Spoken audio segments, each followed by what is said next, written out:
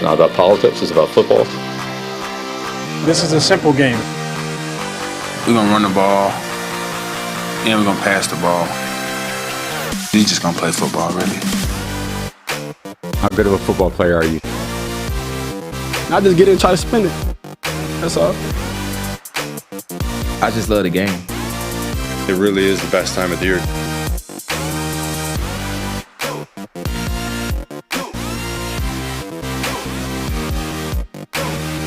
What's up, everybody? Welcome back to It's Just Football. Trevor Sikkema Mike Renner here with you. Mike, I get a little hell yeah from you when J.J. Watt let out the little best time of the year. It's the best time of the year. It really is. Woke up today, walked the dog early. Wow. High 50s. It's crisp. I put on a hoodie. It felt great. Productive morning. Oh, yeah. Always. Yeah, okay, so there was you ended the show yesterday. Very sad that there was no football on last night. So what did you do instead? What'd you do? I worked, man. It was shit. Like Come on, Monday, come on. You have to say I watch that. football. I still watch football. The bosses aren't watching. You don't have to say No, that. I did. Did you catch up? Did you catch up on your rom-coms? Did you do anything like that? I smoked a little weed and watched more football. That's what I did. Okay, so it was a personal night. Yeah. All right, so it was a personal night for you. All right, well, watch football. You still got football in, which is good. The guys behind the glass producing the show have been running around making sure that we got all of our cameras working. Did we? I heard you guys had a very loud yelp to start the show. Are we good? Are all the cameras working? Yeah, we're good. Okay. And if we're not, please tell us in the chat. Okay. All right. Call us out, We'll chat. figure it out pretty damn quick. Call us out, chat. We are so glad that you guys are here with us. As we are talking just football, we got a jam-packed show for you. We're talking the greatest interception that Brandon Staley said he's ever seen in game. We got a rookie report. We got an NFL power rankings. Mike somehow has the Tampa Bay Buccaneers ranked higher than me. You guys are going to have to listen to that. We're also going to have Doug Kyed on the show as well. He's going to give us some of the latest that we have around the NFL rumor mill, some moves that teams are making to acquire a lot of guys that they might need, either shoot for the starting unit or for depth, whatever it is. Before we get started, though, Quinn, you got a question of the day for us? You got a question of the day to get the chat started? I do, yeah. So yesterday we asked who you guys think is the best team in the NFL, which we're going to talk about later in the show. So I'm just going with the complete opposite today. Who do you guys think is going to have the number one pick in 2023? Should we rank the worst teams tomorrow? Well, we could rank the worst teams tomorrow. We could do that. Because there were none. There were none in week one, right? Like there were no bad teams? I mean there were, but all the teams we thought we were bad were going to be bad, except maybe the Jets. Didn't turn out to be that bad, you know? The early top 10 Falcons, Seahawks, NFL Texans. draft stuff is always hilarious to me. Yeah. I love checking it after week 1 and week 2 because it's teams that you know are never going to be there again that are sitting within the top 5, top 10, so it's always hilarious. But sure, I mean, we can do that tomorrow. We can try to rank the worst 5 teams in the NFL. I'm sure our mentions are going to be absolutely aflame after that, but we can do it. Y'all let us know. Who do you think is going to get the number 1 overall pick in next year's draft? It's a good topic. I want you guys to talk about that all. Come to the disrespect for what Lovie Smith is going in there. No. Once they go back to giving Dameon Pierce 30 carries a game, we will be totally fine. Before we get the show kicked off, I do want to remind you guys that we got a promo code for this show for PFF Plus, the PFF subscription at pff.com. You just use the promo code football. That's it. Just the word football. You're going to get yourself 25% off. So if you don't have a PFF subscription, you can use it now by just using the word football. Get yourself 25% off. Okay, we're going to refresh the timeline and start the show as we always do. We're going to start with Nathaniel Hackett. I promise this is the last time that we're going to talk about it this week. I know you guys have talked about it plenty. You've heard about it plenty. Not calling timeouts, the field goal. But Hackett did have a little bit of an explanation to why they did what they did the day after at his press conference. You guys take a listen. With Russell Wilson or 64 yards with Brandon. Yeah, looking back at it, we definitely should have gone for it.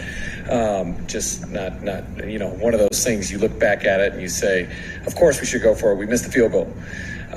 But in that situation, we had a plan. We had a plan. We knew that 46 was the mark. We were 3rd and 15, I think, 3rd and 13. I'm more upset about that play before it, to lose yards, to be able to, getting that there would have definitely been better to be able to call that same play and get extra yards. But he dumps it out to Javonte. Javonte makes a move, goes a lot farther than I think we had anticipated. We were expecting to go for it on 4th down.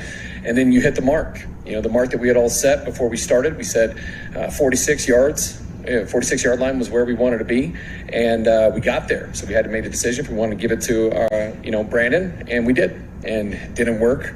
sucks, but hey, that's part of it. It didn't work, Mike. You weren't as hard on him yesterday on the show. And after hearing a little bit more of an explanation of how they got to that point, what are your initial thoughts on what Hackett did? Yeah, I just want to clarify, like, I was pushing back on it being an egregiously bad decision. It was definitely the wrong decision. I don't think we can, like, sugarcoat that. I would have gone for it there myself. Like, that was, with that much time, I would have attempted 4th and 5 again. You have Russell Wilson. That's why you traded for Russell Wilson. But I do think it was a makeable field goal with the field goal kicker you had. I almost dislike his explanation, though.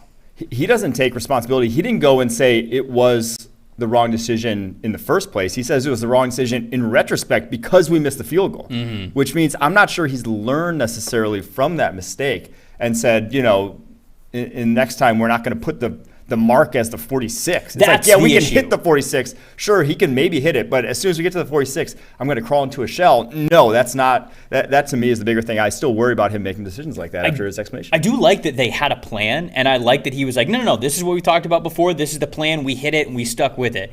They thought that was well thought out. The issue is that it wasn't well thought out, right? 46. The plan should not have been a 46-yard field goal. It should have been better than that. You could have said to yourself, hey, we think there is a non-zero chance that Brandon can hit from 64. That shouldn't be the goal. Yes, that shouldn't be like the goal of what you're going for, the non-zero chance. It's got to be more than that. And then that's not even to talk about how they blundered using the timeouts and all that time off the clock and everything. So that's kind of what I thought about it. The explanation didn't really help me there, unfortunately. There should be 2 marks. One is the mark that, like, you can physically attempt a field goal and it could go in. Right. Like, that's the mark. That's the 46. Yes. That's that. And then 2 is the mark that you should get to. You should not take your foot off the gas pedal to get to. And then after that, put your foot off the gas pedal, which is more like a 30.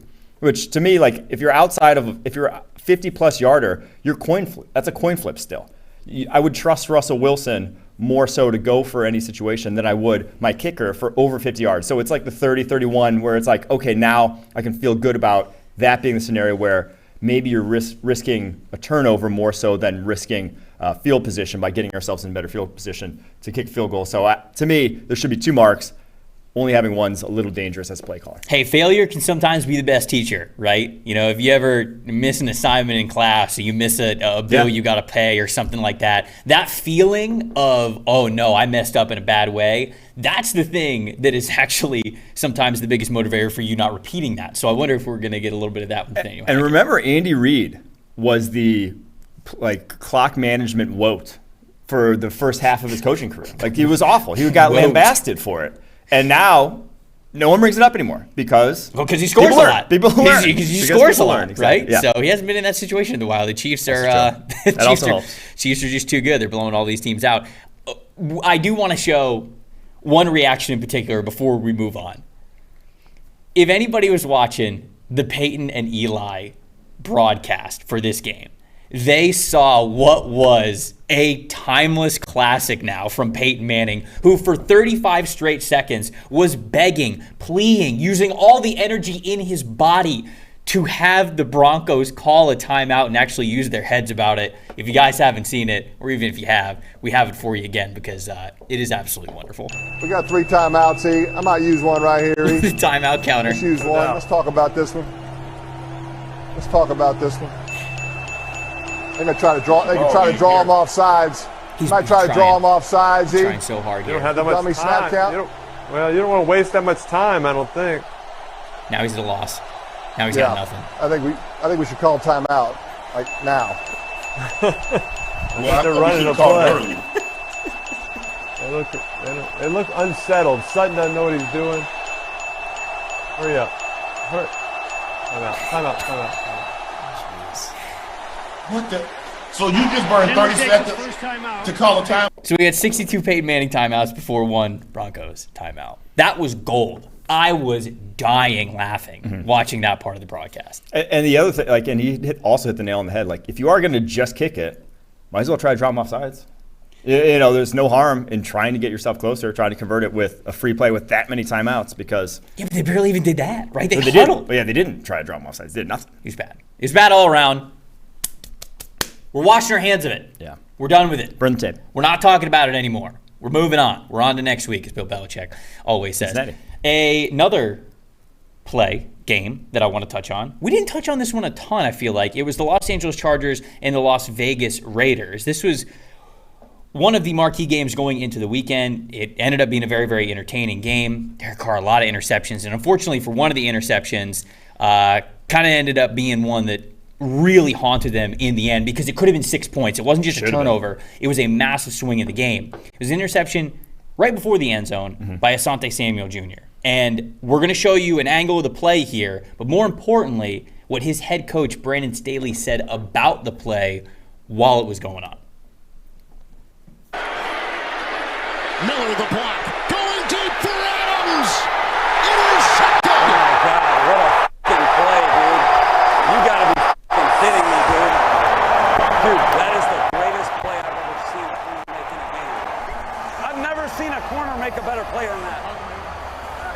Hey, I've never seen a corner make a better play than that. That's awesome. Apparently he's never seen a quarterback make a better play than that. Never seen a cornerback make a better play than that. Those are some strong words from a guy who's seen a lot of really good football. So let me put on my PFF analyst cap here. Oh, here we go. And describe why it was such a good play. Do you want the hat? No, actually, I don't look good in dad caps anyway. Okay. But so Hunter Renfro's motioning across the formation is man coverage. You have Bryce Callahan following Hunter Renfro, but then Renfro goes wide, leaving Davante Adams in the slot.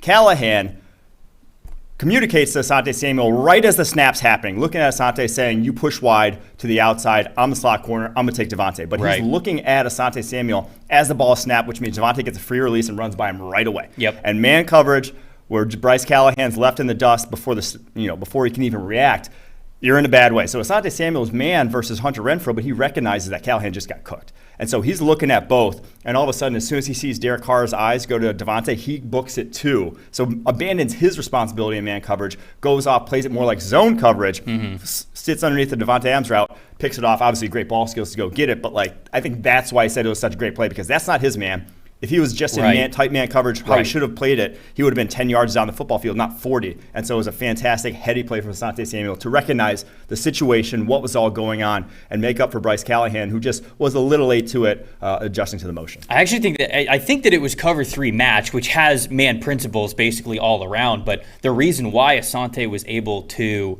make that play is because he was still looking at Derek Carr a little bit, right? He wasn't totally keyed on his man on the outside. And when he saw Carr load up, he knew he wasn't going to the outside to where his guy was going. He flipped his hips. He immediately got on his horse. He got to the spot where the ball was coming. And look, you mentioned it there.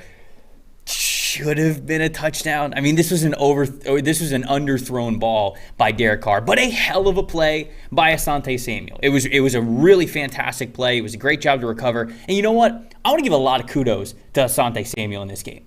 He had a lot of instances where he was going up against one of, if not the best wide receiver in the NFL in Davante Adams, and he did not back down once. There's clips about, of course, the play that everybody was sharing where he got absolutely cooked by Davante when Davante was in the slot, and then he hit an out route on him, but he absolutely he crossed him up beforehand, and the ankles got broken, and Asante went flying, and that's the one that we saw a lot on the timeline. But in reality, he was up to the challenge against Davante Adams. And Derwin James said the same thing after the game, getting some praise from your head coach like that, saying that's the best play he's ever seen a corner make. I don't know about best play, but it was a great play, and it was an awesome play, and it was just fearlessness from Asante Samuel, something that you absolutely need. And that play that we saw there was after he got cooked by Adams on the clip that everybody was sharing on Sunday. So this is a corner who continues to have confidence throughout the game, even when bad plays happen to him. And that's the makeup of a guy that you love to trot out there, because no matter what, not only do they have that physical ability to play the position at a high level, but they also have that mental ability to be able to play the position at a high level. And that's what I love about Asante Samuel going into the draft, and it's great to see him not back down from one of the best receivers in the game. Yeah, the Chargers, they picked off Derek Carr, 4 times in that game? What was it? And didn't even have J.C. Jackson. Didn't even have, Mr. INT, or what is his Twitter handle? Mr. Pick 6? Is it? Whatever it is. He goes by some interception moniker because he has so many picks over the course of his career. I believe the second most behind Xavier Howard since he's entered the league. They had the other guys. Bryce Callahan gets a pick. Asante Samuel gets a pick. This is going to be a ball-hawking defense. Going to be scary for the rest of the league when they are at full health. BJ just says Samuel's a dog. Every time somebody says the phrase dog, I always think of that video where the guy's like, dog. Listen off his running back. Dog. Another running back. dog. Like we need that as a soundboard here on this show, where Quinn or Sav or somebody can just like press the button and we just get that quote every time. That's an addition to the show. We need to make sure that we get that. All right, we are checking in on who people think is going to get the number one pick in the NFL draft next year. That's the question of the day. That's, if you're new to the chat, what we want to hear in the chat here. We got the Bears, another Bears, Jets, another. Okay, we got a lot of Jets here. Jags, come on. It's not going to be the Jags. Don't do that to them. Felipe, don't do that to the Jags. Alex says low key. Now, low key, remember, Titans. Oh, it's bad. It's a bad one, Alex. Yeah. I'm not betting on the Titans. No chance in hell I'm betting on Mike Vrabel to get the number one overall pick, but I do think they're going to be disappointing. I said that in our season standings. We got more vote for the Jags. What? No, they're not going to three-peat. You guys are insane. You guys are nuts. I do want to keep hearing everybody answers, though. If you think the Jags are going to get the number one overall pick, defend it. Let's hear it. I want to hear it from you. You tell me why you think it's going to be the Jags over some of these other teams. Let's move on to a little rookie report, though. Jags got a couple of great rookies. I don't know if we're mentioning any of the Jags rookies because we already talked about Trayvon Walker a little bit. But Mike and I are bringing two rookies to the table. We've watched a lot of tape over the last 2 days. Some of these rookies, how they did in their regular season debuts. Mike, I'll start with you. Who do you want to shout out? What rookie performance you really want to give some kudos to? I want to talk about Trent McDuffie because sadly, I think he went on IR with a hamstring injury during the game that he actually blamed on the Arizona turf, which not great for Arizona. But he played 21 coverage snaps, didn't get targeted once because, truthfully, none of the guys he was ever guarding were open. Like, he did not make a lot of mistakes in coverage. And now, he wasn't playing a ton of press man. Obviously, the receivers he was going up against in Arizona are not good, shall we say. I mean, they were bad. Let's keep it real. No DeAndre Hopkins there. I mean, did have some against Hollywood Brown, but like, he was not going against world beaters. But McDuffie's, he looks twitched up a little bit, even from the tape we saw at Washington. Like, he looks like he has been putting in work. Physically looks stronger, a little bit faster, and man, his hips are so good. He is going to be a player for the Chiefs sooner rather than later. Again, sucks that he got hurt, but man, when he's back, this defense is enough to win the Super Bowl, truthfully. I love Trent McDuffie, man. Washington's just got such a great pipeline, tradition, whatever you want to call it now, of defensive backs that have come through the league that have been really nice. DBU, I know a lot of schools try to make that claim. Washington's definitely got a claim for the guys that they put through. And I know a lot of people like Kyler Gordon because of his short area explosiveness. He had a little bit more flash in that area of his game than McDuffie did. But McDuffie just always looks so in control, so smooth. And for that to translate to the NFL, not too much of a shock, but you do love to see it at the pro level that he's been able to do the same thing. The first guy that I want to give a shout out to, Raiders interior offensive lineman. He's starting to right guard, but he can really play a lot of different spots. Dylan Parham from Memphis. I like Dylan Parham a lot, man. He was at the Senior Bowl, and I was super impressed with him there. This is a guy who got an 82.4 overall grade on 35 snaps, played 60% of the snaps this past weekend. He was our top-graded rookie offensive lineman of the week, and came into Memphis actually as a tight end. He was very low in weight, but they wanted to move him to the offensive line. Couple of years, pack some extra pounds on him, but you see that natural athleticism of a guy who used to play a more skilled position of tight end playing along the interior offensive line, because when you look at what the Chargers were doing with their front, they had a lot of three-man fronts, but there was a lot of space in between their three-down linemen. So a lot of times, Parham would have to move either to pick up a guy who's slanting one way or the other, or just to double team and help. And his movement skills are just so fluid. I love the flexibility. You see it in his base, how low he's able to get, that natural leverage because of, again, how athletic I think he is. And we really saw some great snaps, great reps from him against guys like Morgan Fox, Sebastian, Joseph Day, Anthony Johnson as well. A variety of guys that he was going up against on the interior for the Los Angeles Chargers. But I thought that he was up to the task. I think he's got to be a starter sooner rather than later. And he did a great job. Yeah, they need him, right? And probably doesn't start because, rookies cannot start for various reasons, whether it's, not great in blitz pickup or doesn't necessarily have all the checks down and whatnot. You don't want that necessarily starting right out the gate. But from a talent perspective, he is more talented than Lester Cotton and John Simpson on the interior at the guard position there. So whenever he is up to speed, whenever the coach staff thinks he's up to speed, he's going to outplay those two guys. They need him to get up to speed here sooner rather than later with that. And should be in the starting lineup. Right. We have a couple people in the chat are shouting out some rookies. BJ said Jahan Dotson surprised me. How high were you on Jahan Dotson? Not that high, but that was because I just thought he was going to be a very good slot receiver. So we'll see. He was good though. Really good first week. Obviously, ball skills and his short area quick's great, off the charts. That's no doubt about it. He had what was it against Sean Wade, right? The play against Ohio State, the one-handed grab on the sideline that started to make him famous. Back ball skills for days. Yeah. And that was a good intro to him for sure. Tariq Woolen got a shout out. He was good. Yeah. For a guy who was a wide receiver 3 years ago, Tariq Woolen. Now, whoever Jake Thornton here spelled his name just butchered it. Spelled it like Tyreek Woolen. It's Tariq and Woolen. Come on, we're close. But we're close. In the ballpark. Jake's close. He's close. He's close enough. We knew what he was talking about. Yeah. And that's really all that matters. I remember, again, watching Woolen at the Senior Bowl, and this is a player who really unique size and athleticism, especially speed combo. And they'd play him on the outside, and there were a couple of reps where they'd throw it deep over him, and he'd give up the catch, but he was like right there. And you could tell, oh man, some more reps, being a corner for longer, as you said, a wide receiver convert. You get that familiarity down, and he has the rest of the ability to kind of fill out his game. So I love that he's getting a chance in Seattle. I love that that's something that he's got on his plate, able to be better. More snaps, I think he's going to yield better results. Who's your next guy that you want to bring into? My next guy is Bears defensive end Dominique Robinson. Played college football right up the road here. Miami of Ohio. Was a wide receiver his first 3 years, I believe, for Miami of Ohio. A transition you don't often see. But that's why I was so high on his prospect, because he 2 years of defensive end, and you could see the natural athleticism. The guy moved the correct way you want for a defensive end to move in the NFL. 89.8 grade. Very first game, 28 snaps, 2 sacks, a hurry.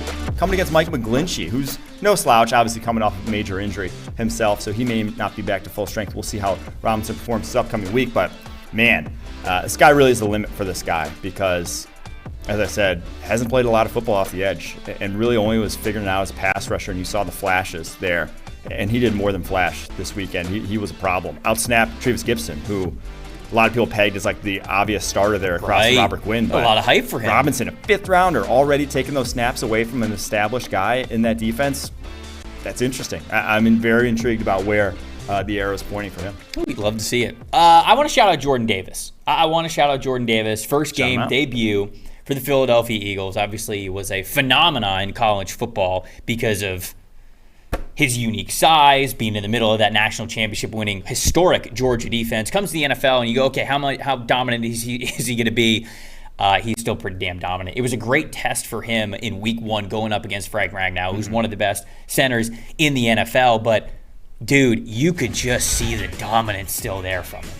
And I love how Ragnow played him because there were times when Ragnow was like, okay, this guy is bigger and stronger than me. Just there's no way around it. But Ragnow was so smart about it. He was able to wall him off a little bit. Have Jordan Davis, even on snaps where you looked like, okay, he's got the advantage here. He's got the arms extended. He's in control. Ragnow would still get the leverage and be able to wall him off one way or the other wherever the run was going. But there were also times, especially, I go to those goal line reps that the Eagles had, where there was absolutely no getting past this man. He was dominating the people who were in front of him. 0 negatively graded plays in run defense. And that's something that you love to see. Pass rush, of course, it's going to be a work in progress. It's never going to be Jordan Davis's bread and butter. But for him to have dominated as much as he did in college football, for him to then come into the NFL, first regular season game against Ragnow and look that good, look that controlled, I love to see it. Yeah, and I love that, the one stat we had up there, 22 snaps. He went to the situation where he doesn't have to be anything more than he was at Georgia. He doesn't have to be anything more than obvious run situations, I'm going to blow it up. And that's very valuable when you have a guy that on 4th and shorts, 3rd and shorts, goal line situations is going to create havoc for opposing teams. But the Eagles are so deep along the defensive line, they don't need him to be an every snap guy outside of that. They don't need him on a 1st and 10 to try to stuff the run and then, it's a pass play, let me go attack the quarterback. They really don't, because they have so many other guys that can get after it on that defense. So if he went to somewhere like the Falcons or something else where he all of a sudden is your plug-and-play starting nose tackle, I don't think he'd be nearly as effective. But in that role for the Philadelphia Eagles, he's going to be a problem anytime he's on the football field. And it's not going to be too many snaps. Like I said, 22 is not that many. But every time he's going to be winning, as we saw, 0 negatively graded plays. Got a couple of people who are looking for a Kyle Phillips shout-out. You gave me a shout-out in yesterday's show, though. Kyle, the wide receiver from the Tennessee Titans, how much he played and how successful he was. So we've got people shouting him out there. We gave him his hype this week. Don't worry about it, even though he wasn't one of our two guys here. Somebody asked about Ed Ingram, the interior offensive lineman. I think he was the second highest graded rookie offensive lineman of the week behind Dylan Parham, actually. So I think we graded out him pretty well. BJ also said Jaquan Brisker, dog.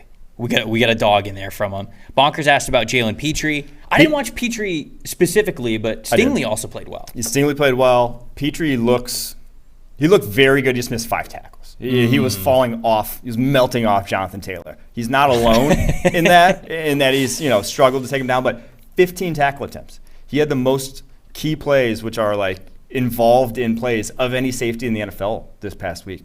So that's who Jalen Petrie is. So seeing that already translate to the next level, even with the missed tackles, like the grade's not going to be great because of that.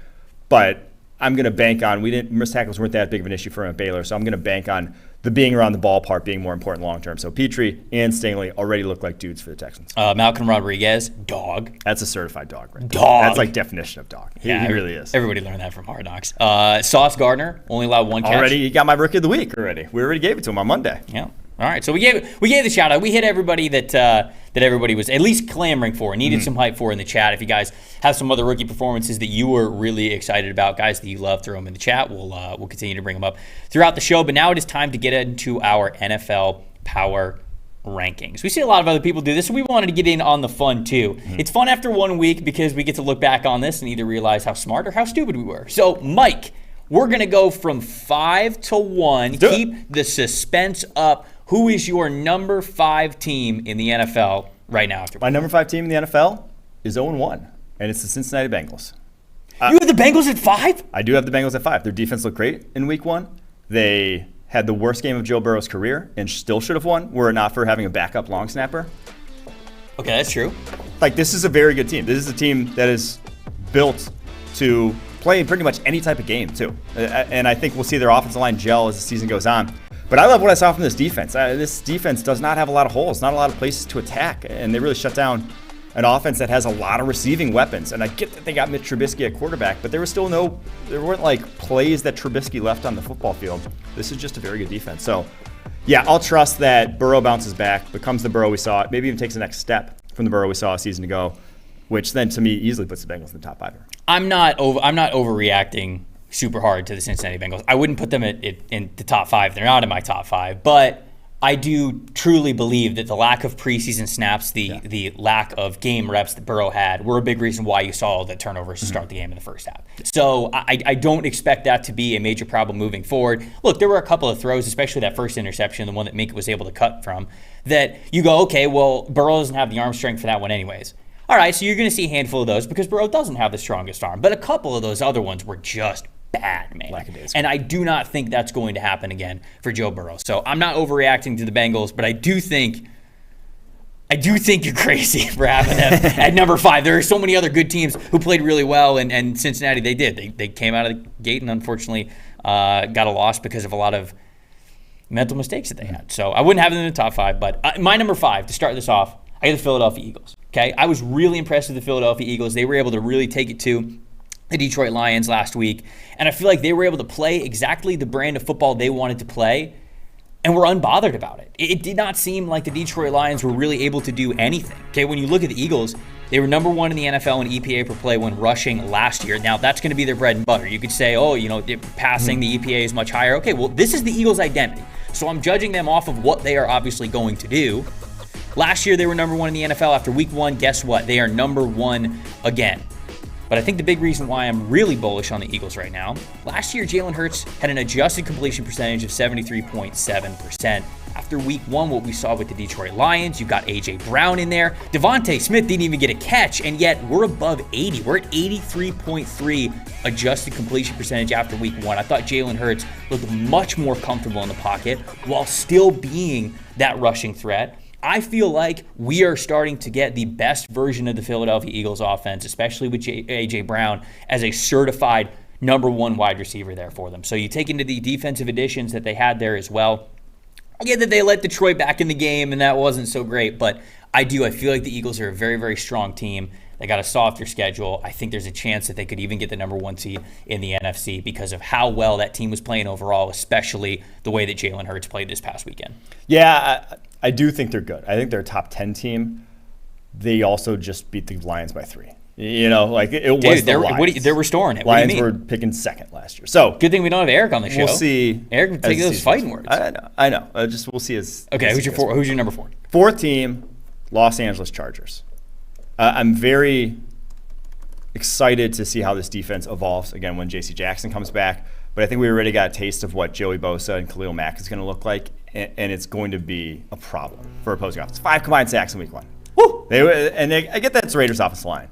But I think we've seen enough football from both of these guys to know that it's not really going to matter what offensive line it is. Like, they're going to win their matchups. Not a lot of teams in the NFL have 2 tackles. And so 1 tackle is going to get exposed week in and week out. And that's a problem that everyone that faces them is going to have to deal with. So Chargers coming in at number 4, obviously the offensive side of the ball. We know all about that. But defense side of the ball, much different animal this season. Yeah, I'm sticking right with you. I've got the Chargers at number 4 as well for certainly a lot of the reasons that you named. When you look at EPA per play when passing, they were second in the NFL behind only the Kansas City Chiefs this past weekend. And honestly, Mike, it could have been better.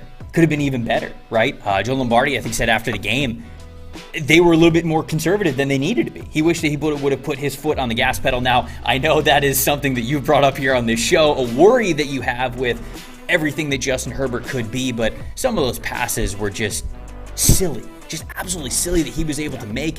And when I look at that game, when I look at that score, certainly the turnovers helped. The defensive side of the football and Derek Carr turning the ball over did not aid the Raiders getting as close to where they needed to be in that game to win it. But I even think the Chargers left a lot of meat on the bone. And so when I look at them having the number 2 EPA per play while having a lot that they still could have went to in the well, that's when I say this is a really solid football team. I've got to put them in the top 5 because of everything that they can do on offense and how unstoppable that they can be. Yeah, agreed. I move about to at 4. Who do you got at 3? At 3, I have the Kansas City Chiefs. Now, low, high, however you want to say it, like, this is a damn good football team. And the reason I'm like higher on them right now than I think I was probably after the Tyreek Hill trade and worried about what this offense will look like, because I think these rookies are ready to actually like add to this team. Like, these rookies are ready to play in the NFL and not just play, but like be competent. Talked about McDuffie earlier, and now he's out till at least week 6, but should be back then.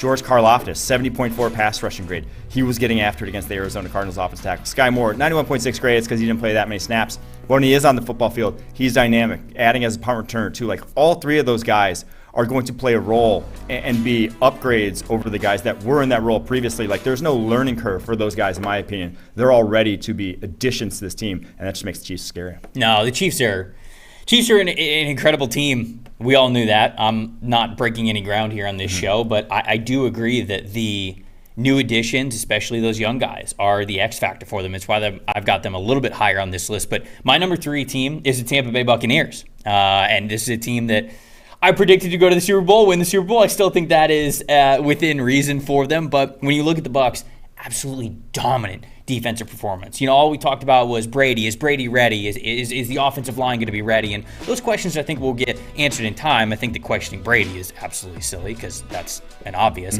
But it's the defensive side of the football where you go, this defense is still elite. Number 1 defense on the week in EPA per play allowed.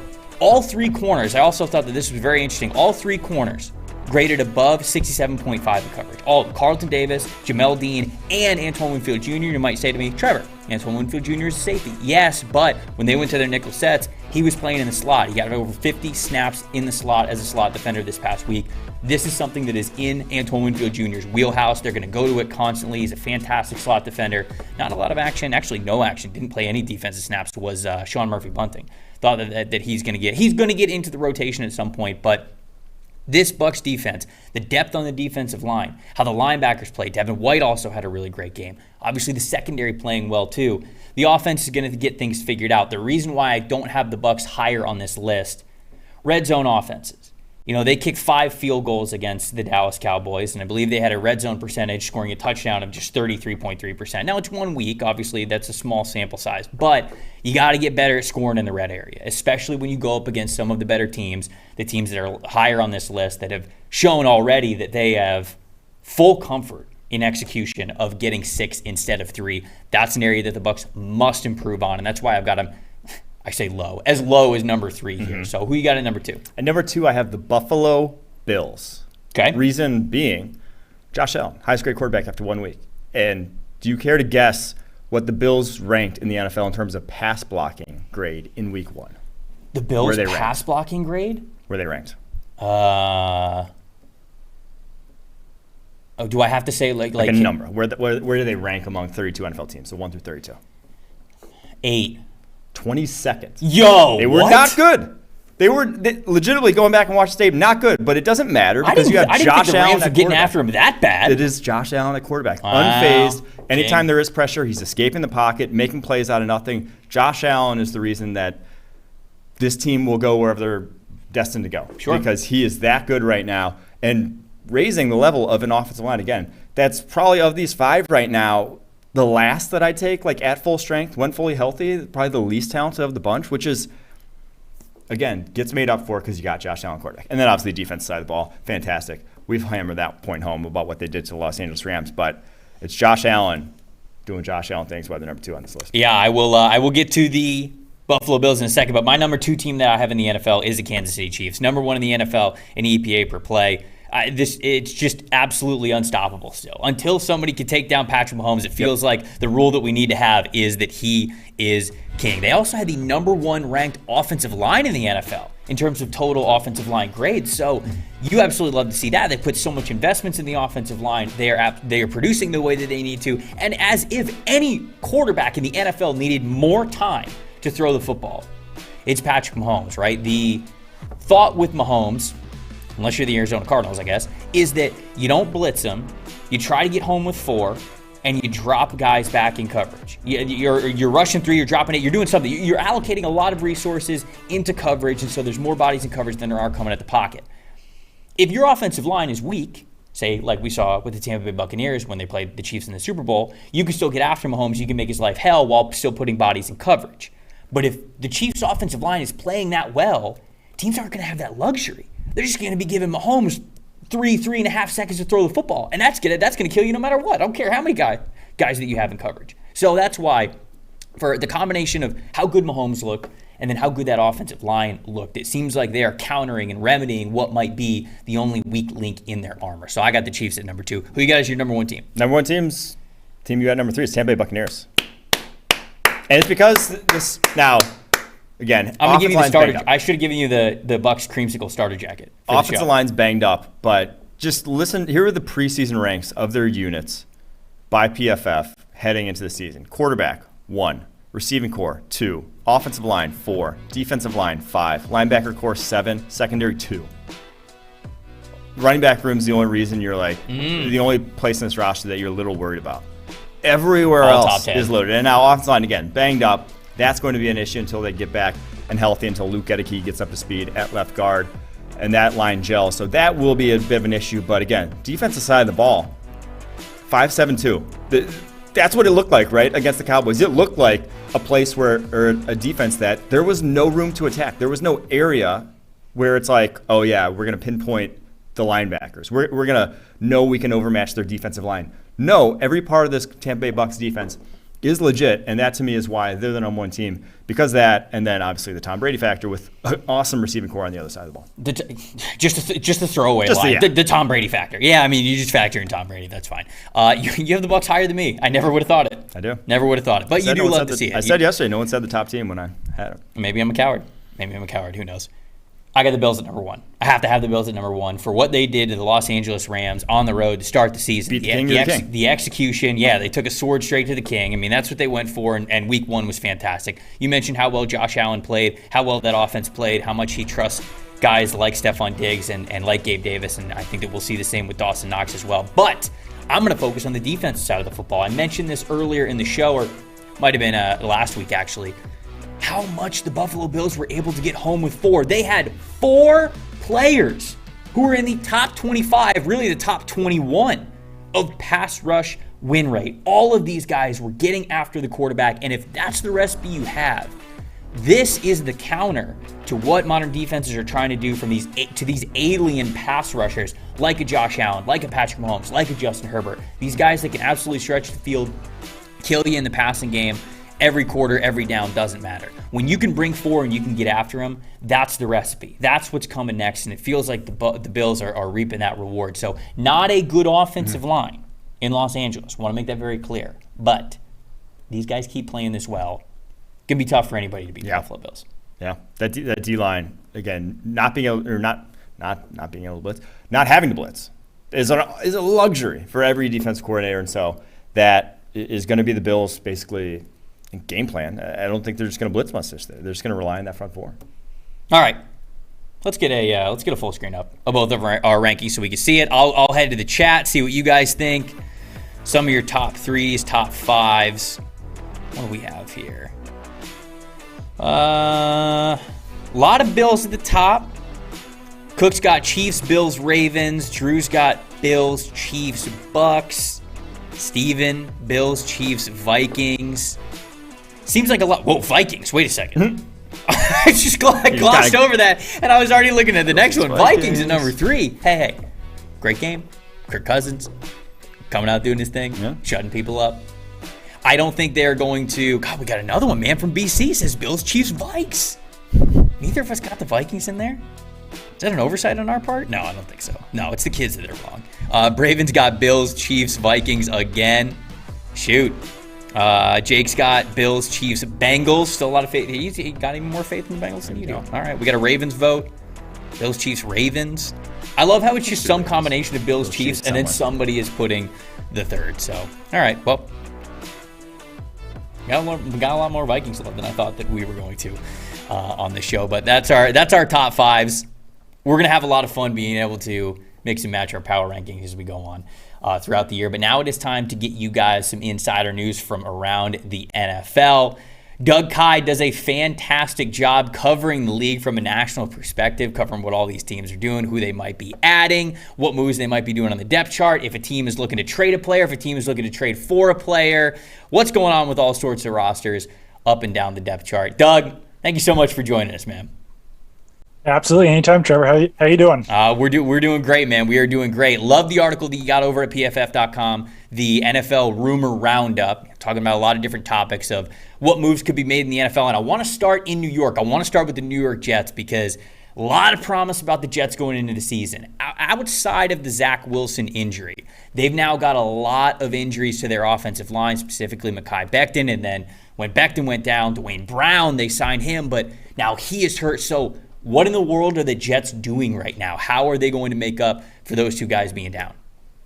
Yeah, it's a tough situation because even the third tackle on their roster, Connor McDermott, he's dealing with some stuff right now too. So they actually had to bring a guy off the practice squad to be that third tackle on their active roster. But right now, George Fant at left tackle, rookie Max Mitchell there at right tackle. They've been sniffing around for more tackle help, but I think that it has to be the right fit on their roster. I think it has to be a relatively cheap player, but also one that's an upgrade over what they already have. So it's kind of a slim window there. I know that at least one player they were looking at is off the market now. They were not able to grab him. But it's also an interesting situation where, Mekhi Becton goes down for the season. Then they signed Dwayne Brown to a pretty hefty deal, 2 years, $20 million. Yeah. Now he's injured on injured reserve, won't be back until at least week 5. So now they can't really go out and sign, maybe an Eric Fisher type because he might be a little bit too expensive. They can't trade for another guy who's a little bit too expensive because you don't want to pay that much for a tackle. So like I said, it's that they're kind of walking a thin line on the player that they could add, but I do know that they're at least out there sniffing for more offensive tackle help, which is not a great place to be after they've already had to add Dwayne Brown. Yeah, probably shouldn't have cut Chuma Edoga there. That was a weird release by them. But I'm going to go to the Patriots, to your neck of the woods here. And their offense, specifically their wide receivers, did not look good in week 1. You had Nelson Aguilar with the fumble. You had Devontae Parker do basically nothing in his debut with 9 yards. What's going on with the Patriots wide receivers here, and will this offense turn it around? Yeah, it's a really strange situation. So last year, Kendrick Bourne was the Patriots' highest graded wide receiver. He was their second leading receiver behind Jacoby Myers. And now he's essentially an afterthought in the offense. He got 2 snaps on Sunday. That was one less than Lil Jordan Humphrey, who was called off the practice squad. And I think that one element simply there, if you're comparing Humphrey to Bourne, is that Humphrey's the better run blocker. So they were using Humphrey more as a run blocker. But Kendrick Bourne fell down that wide receiver depth chart this summer. I think that one part of it was just that he got suspended for the preseason game against the Panthers for being late to a meeting. Days before that, he was fighting in joint practices against the Panthers. So kind of had to miss a couple practices, missed a preseason game. And then once it gets to the season, they've got new offensive leadership in Matt Patricia and Joe Judge. So a lot of the guys that he was kind of in good favor with last year, Josh McDaniels, Mick Lombardi, those guys are gone. So he's now kind of tumbled down the depth chart a little bit. I do get the sense that he'll get more snaps because he played 2 snaps. One of the snaps, he caught a 41-yard bomb from Matt Jones. So he was the best wide receiver on the field, despite getting only 2 snaps. I don't know who's going to be coming off the field for Kendrick Bourne, though, because they're playing a lot more 12 personnel this season, actually using those high-priced tight ends and Hunter Henry and Jonnu Smith. So you only really have 2.5 starting wide receivers. So that's part of the reason also why Kendrick Bourne did fall down the depth chart, didn't get as many snaps. But I do think that he did earn more playing time alone with that 41-yard catch. They put Kendrick Bourne in. He gets the 41-yard catch, and they're like, all right, get back out and think about what you did. Thanks for extending the drive. Now go sit back on the bench. So I don't know. I thought really that was funny. Another team that I've heard could really be active is the Las Vegas Raiders. Not a great showing turnover-wise and just as a team. There were some things to look forward to because they did go up against a really good Los Angeles Chargers team, but seems like on the defensive side of the football, linebacker, corner could have some additions coming. Is that what you're hearing? Yeah, and they've actually already made some additions there at cornerback. Not a big surprise. Anthony Averett is on injured reserve, so they signed Nickel Roby-Coleman. They claimed Jalen Guidry off of waivers. But I think that this is a situation where you could see some turnover on that roster on the defensive side of the ball really all year because especially at linebacker, they didn't make that many moves at linebacker this offseason, and the linebackers that they already had weren't exactly the type of linebackers that you would usually see in a Patrick Graham, New England-style defense. Plus, Denzel Perriman got hurt in week 1.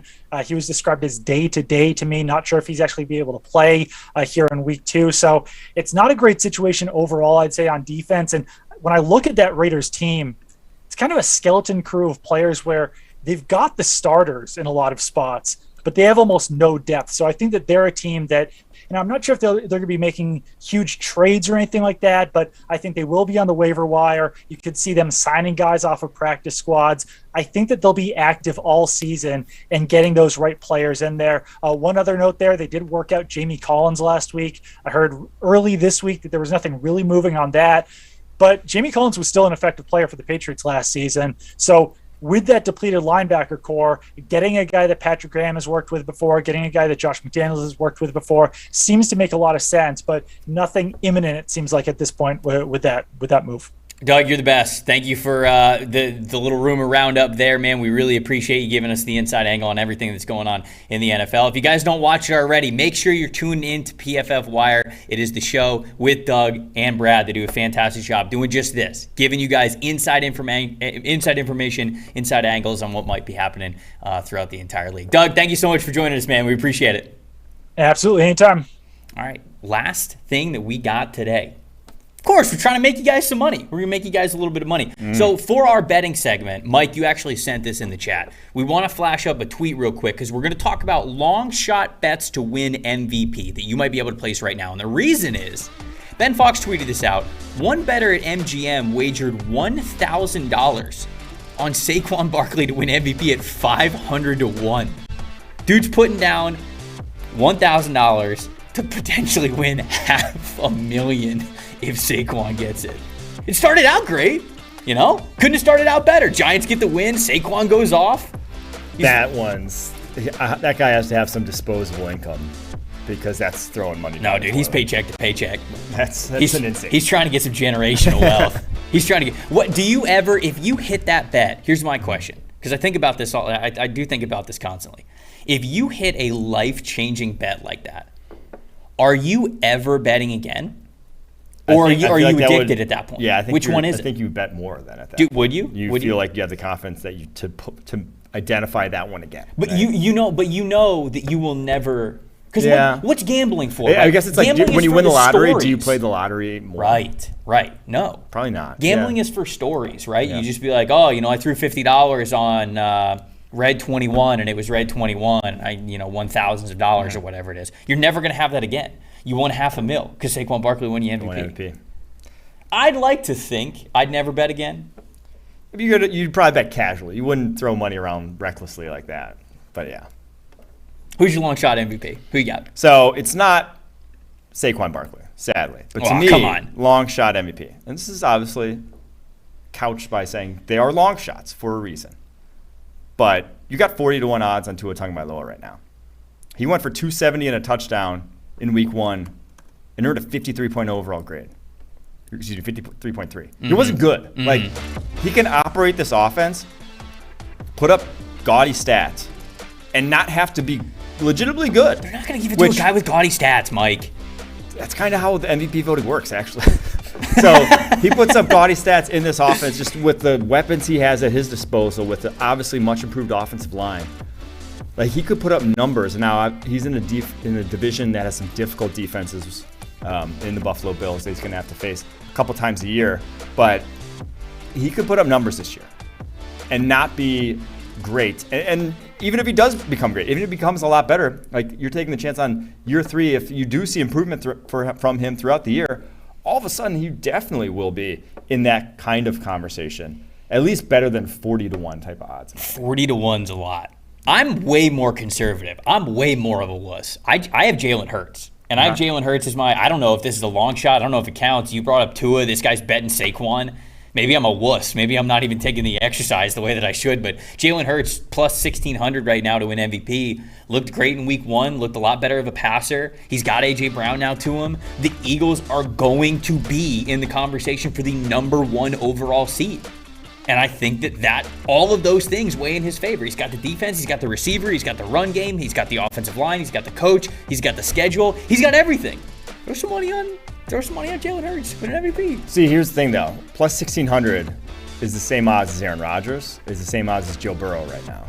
Oh boy. And so, yeah, it's somewhat of a long shot. I guess it's not a long shot, is it? It's not that big. Okay, the chat's saying Jameis Winston at plus 5,000. That was the other one I would have gone with. Jameis at plus 5,000 was a good one. Oh man, Jameis Winston's odds for MVP are they're even lower than Tua's. They're lower than Tua's. Yeah. They're lower than Trey Lance's, which I did not think was going to be the case. Who else could be a mega? Trey Lance got bet up like hot, for some reason, like 16-1 heading into the year at some places, which was just. What do you think Geno's is? What do you think Geno's is? I have it up right now. 100-1. It is 12,500. Oh wow, 125. Yeah. Wow. Yeah. I mean, yeah. Logically though, even longer than that. He ain't winning the MVP. Aaron Donald is plus 30,000. I do love how they just give odds on everyone. I know. It's like, it is hey, great. You want to give us your money? If you want to give their money, we'll fucking take it. All right, last time. You want to bet Andy Isabella to win the MVP? We'll take your money. Yeah, but if it happens, yeah. If Andy Isabella won MVP, I'd never gamble again. Plus $1 million. I'd never. God would look favorably upon me and the rest of my life. All right, one last time, asking the question: who do you guys think is going to get the number 1 overall pick in the NFL draft? We had a lot of answers. That was the question of the day. We had a lot of answers. The Jets, the Jags. Some of y'all are hating. The Jags aren't. No, we can't do this. We can't do this. Three straight number 1 picks you fold as a franchise. No. I don't want the Jags. There's some votes for the Bears. A lot of you voted for the Bears as well. It was mainly Jets, Bears, and Jags. Those were kind of the only 3 that I saw get more than 1 vote. So, do you have an official guess for your question of the day? I like the Jets. The Jets aren't bad. I think the combination of Joe Flacco / Zach Wilson. That's a number 1. It's a losing combo. Coming back from injury, Zach Wilson, when we don't really know exactly when that's going to be. That's a 2-3 win team, and that gets you the number 1 pick. And the O-line clearly. Sorry, Jets. Not getting a lot better anytime soon, which does not help them. Walt said the Lions. Walt's got the Lions? Oof. Walt, you're going against the curve here, man. We're trying to get the Lions better. Again, it's another fan base, another team. Doesn't deserve it. Or maybe they do. Because then they get a real quarterback. Maybe Walt's playing the psychological game. Yeah. Okay. Cowboys are picking number 1. We got a lot of votes for the Cowboys now. Yeah, I mean, Dak, if complications, things start to go south. I thought about that. It's not crazy. I thought about that for my pick. Jerry. Do you understand what we would be putting us through if we had to listen to Jerry for 4 months having the number 1 overall pick? Oof. I would love it, honestly.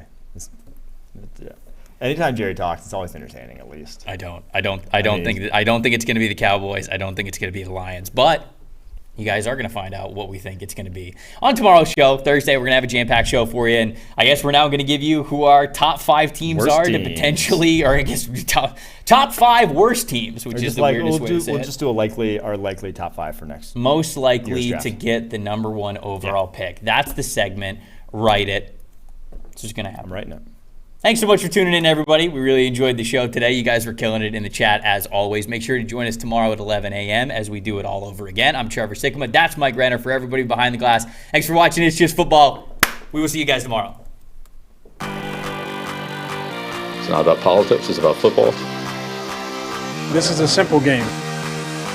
We're going to run the ball, and we're going to pass the ball. He's just going to play football, really. How good of a football player are you? Not just get in and try to spin it. That's all.